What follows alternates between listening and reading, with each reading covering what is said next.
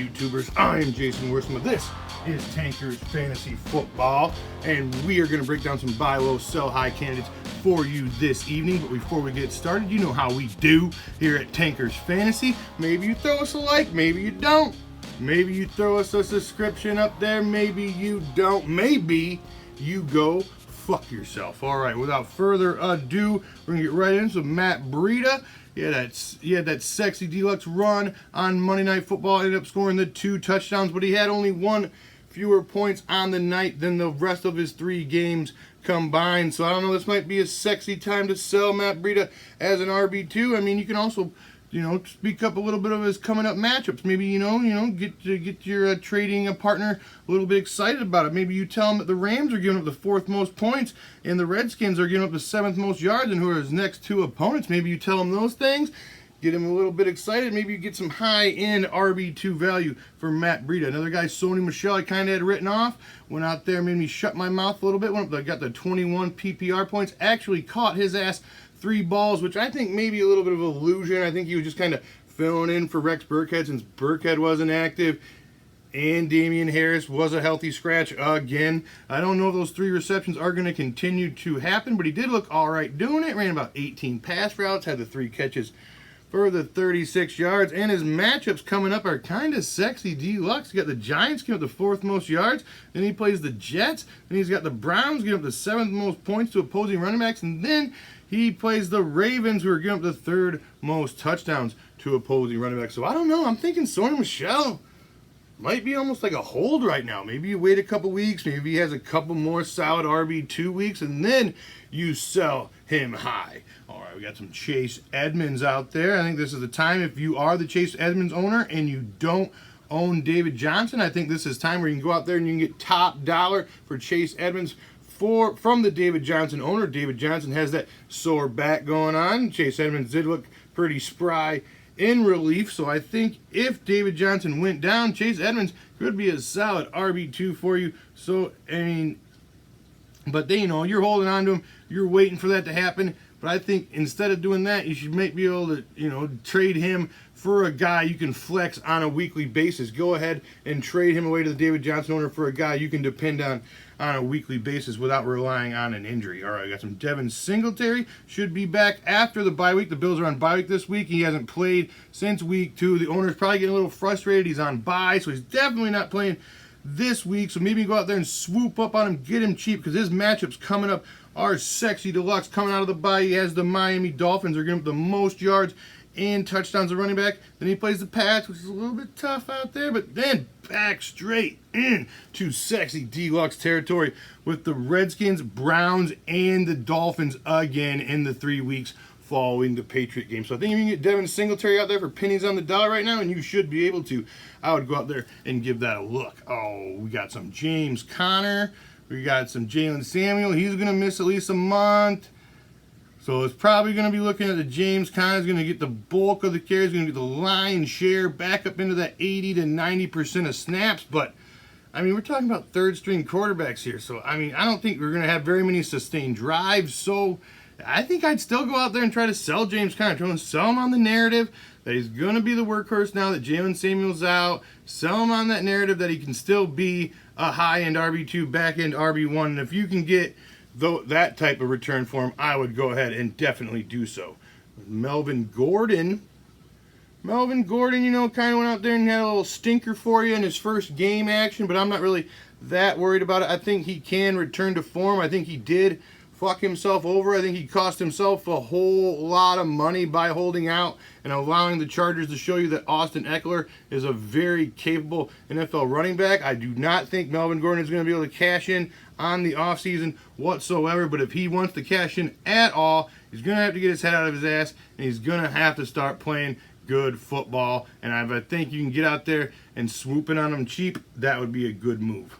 All right, moving into some wide receivers right now. We got some Deshaun Jackson. Hasn't played since week 1. Might miss another week or 2 out there. But, I mean, his owner's probably almost written him off for dead. Probably been thinking about cutting him for the last couple weeks. You can only have so many bench spots, especially if you don't have an IR spot to burn. He's probably been stressing out about it, so you might be able to get him in a throw-in for a deal. You don't even have to pay the pipe run. Just get him in as a little throw-in.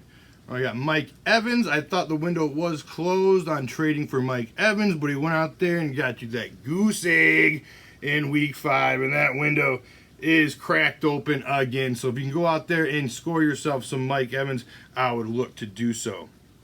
Keenan Allen as well, another stud wide receiver out there, hurting these last couple weeks. He's got back-to-back single-point stinkers. And he has the Titans and the Bears on the road upcoming. We're both top 5 versus opposing wide receivers. So you can go out there, tell the Keenan Allen owner that. Tell him Keenan Allen out there sucking on that ween. He's got some really tough matchups coming up. So we should probably just go ahead and trade him to you so he doesn't have to deal with that. All right, we got some Julio, another guy, another great wide receiver. He's had back-to-back single-point PPR weeks. But, I mean, he plays the Cardinals, the Rams, and the Seahawks coming up, who are all bottom half versus opposing wide receivers. So I think if you can go out there and get Keenan Allen or Julio Jones, stud, sexy, deluxe wide receivers off like that, get him on the cheap, get him like, 60, 70 cents on the dollar or something like that, I would look to do so. Will Fuller went out there and got you like 53.7 full-point PPR points last week. Lost his goddamn mind. And he is playing the Chiefs this week, so he could have another decent game. But, I mean, if you can get a guy who will bite on Will Fuller as a weekly wide receiver too, a guy that is just all in into chasing that dragon, that points dragon. He's all in on chasing the points dragon. I would see if I could sell Will Fuller to that guy.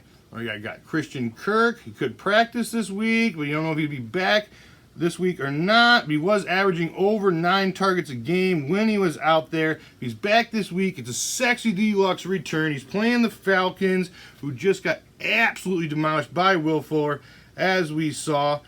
And the Falcons are giving up the second most TDs and the most points to opposing wide receivers. And then he has the Giants, who are giving up the second most yards to opposing wide receivers. And, I mean, I think if you can get Christian Kirk on the cheap, the owner, he's missed the game last week.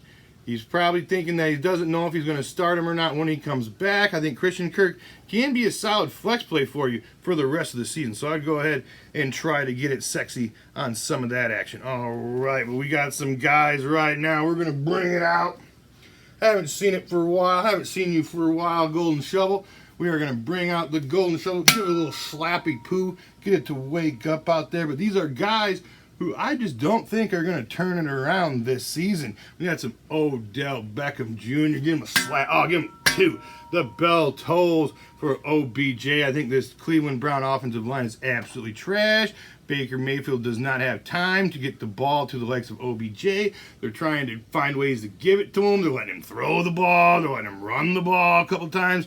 It still is amounting to dick shit. And I am just seriously afraid that Odell Beckham Jr.'s season is in serious jeopardy right now. I think we can already label him a bust for where he was drafted in these leagues, but I just think this is over. If you can sell him for any name recognition at all, if you can go out there and you can somehow sell OBJ off his name recognition, I would be all in on that. Stephon Diggs, he's got Philly coming up. We're giving the fourth most points to wide receivers. So if somehow, some way, Stephon Diggs gets it sexy this week, I would go ahead and cut bait and sell him. I think he's another bust. Another guy who's absolutely dead. We are talking about dead deluxe. We're going to bust out the shovel and the shit gun for this one. We're talking about O.J. Howard. And if you look at it, O.J. Howard only has 14 targets on this season. And you start digging into it, you're like, well, which tight ends have more targets than O.J. Howard on the season? And it just gets absolutely disgusting. We were talking about Hayden Hurst has 15 targets. Tyler Higbee has 18 targets. Trey Burton's bum ass has 15 targets. And GF Schweim has 15 targets as well. I mean, oh my God, I don't think you can cut OBJ or Diggs, but I think you can cut O.J. Howard. I think he is the tight end bust of the year. All right, we got another guy I think I'm ready to cut bait on, and that's Marquise Valdez-Scantling. Devontae Adams missed the game. It was his moment to shine. He did dick shit. The only thing he's done all year is one of those offside penalties where Aaron Rodgers says free play, I'm going to huck it up, chuck it up football. That's the only thing Marquise Valdes-Scantling has done all season is one of those plays was successful. All right, you like the cut of my jib? You know, give us a subscribe, give us a share, throw all your waiver wire, all your trade questions, all your stardom, sit-em questions, and put them down in the comment section below. I will get back at you. I always do. All right, we will be back in that ass tomorrow with some starts and sits of the week. Holler at me. I'm hot as fuck, bitch.